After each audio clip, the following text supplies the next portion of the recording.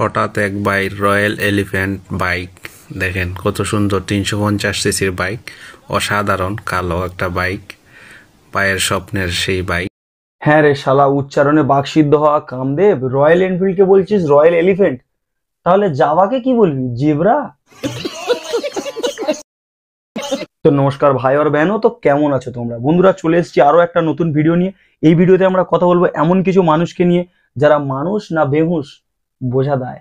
আচ্ছা, আমাকে যদি একটা রুমে একা পেয়ে যাও, তাহলে সবার প্রথমে আমার সঙ্গে কি করতে চাও?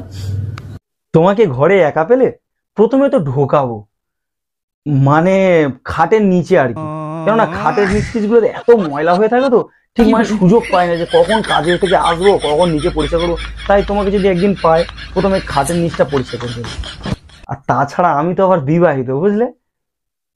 বুঝতে পারছো তো? হ্যাঁ, আমি বিবাহিত কিন্তু।